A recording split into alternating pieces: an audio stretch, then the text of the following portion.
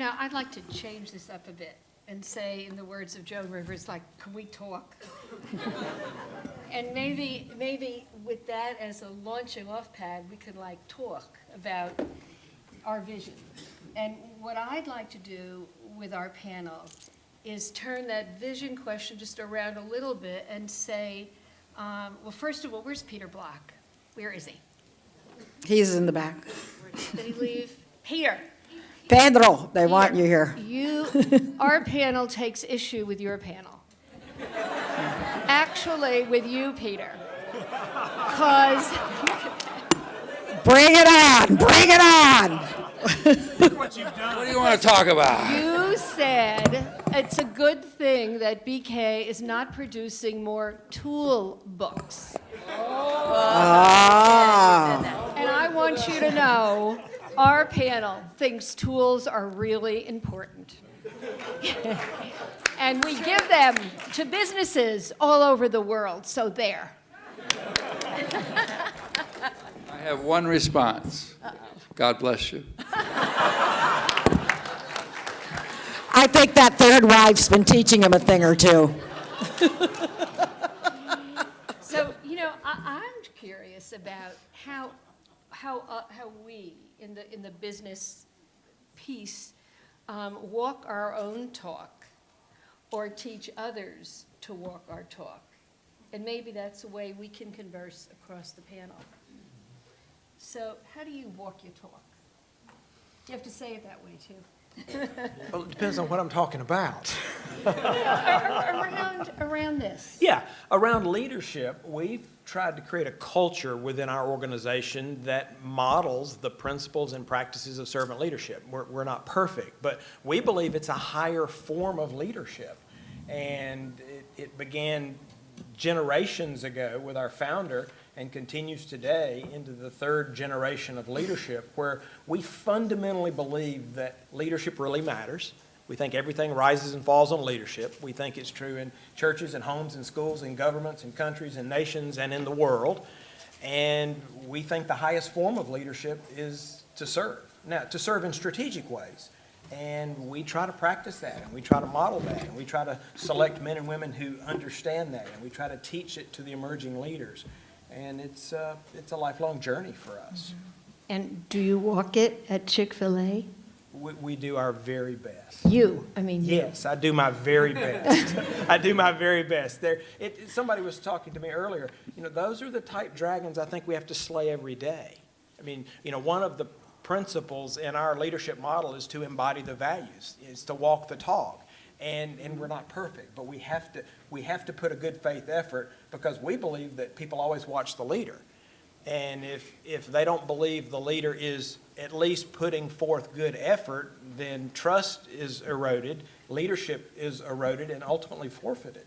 Mm-hmm. So we think leadership is earned, and it really hinges on the leader's ability to make a good effort. Great.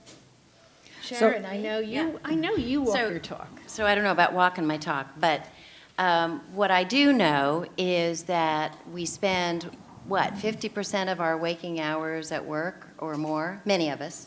Some of you are retired, so you're not worried about that. We spend a lot of time at work, and I want you to think just for a moment about the time when you worked for someone who wasn't a terrific boss.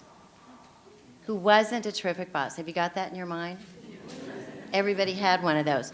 So imagine this. Imagine that boss became 10% more caring, or 10% more effective, or all of a sudden took an interest in you as a human and cared about the fact that you have a family and a life outside of work, or linked arm in arm with you to help you find the next great opportunity inside that organization.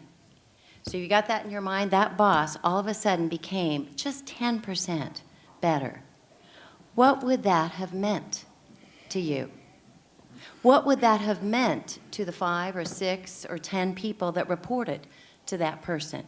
And then what if you multiply that by 100 managers or 200 managers or 300 managers inside an organization.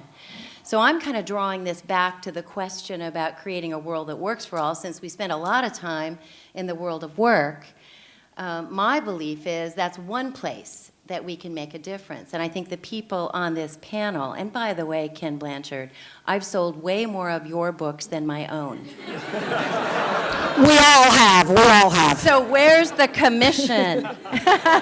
We all have. But I think, that's really where my passion lies. That's what I get excited about. That's why Sunday night I'm pumped for whatever's happening the next day, whether it's a coaching call or a keynote speech or whatever it is. It's about creating a world that works a little better, at least, in the world of work. It's a yes and though, because when you can help a leader at work, you help them at home, and you help them in the schools, and you help them in the communities, and you help them in their neighborhood, and you help them, that's, to me. Absolutely. Yeah, we'll help work. We just sell chicken. That's just, That's important. It's important, but it's a shallow victory if all we do is just sell chicken. I like chicken. I love chicken. Well, while I love this conversation, it's kind of my job to wrap it up. So Beverly, would you like to share your vision of a world that works for all and how that's changing? Yeah, I know. Did I take us off track? I'll do it this way. One way I think I share my vision is to make things simple for any manager, any leader at any level. And the simple ideas have been around forever. It's like, all of us know what's new is really old, if you think about our forefathers in this field. And what's old now all of a sudden is new. But if I think Sharon and I in our love and work have given one gift, it is managers, you don't have to have the answers, but what's not negotiable is having the questions. So I think if I can get a manager asking a question, a simple question of each one of their direct reports, like, when was the last time you said, I love my work? And watch their reaction and look at their eyeballs. And if they glaze over, know that it's been a while. Because what you need to know is what about their work do they love? Because that's the passion point, and that's where you want to go. And there's a simple question.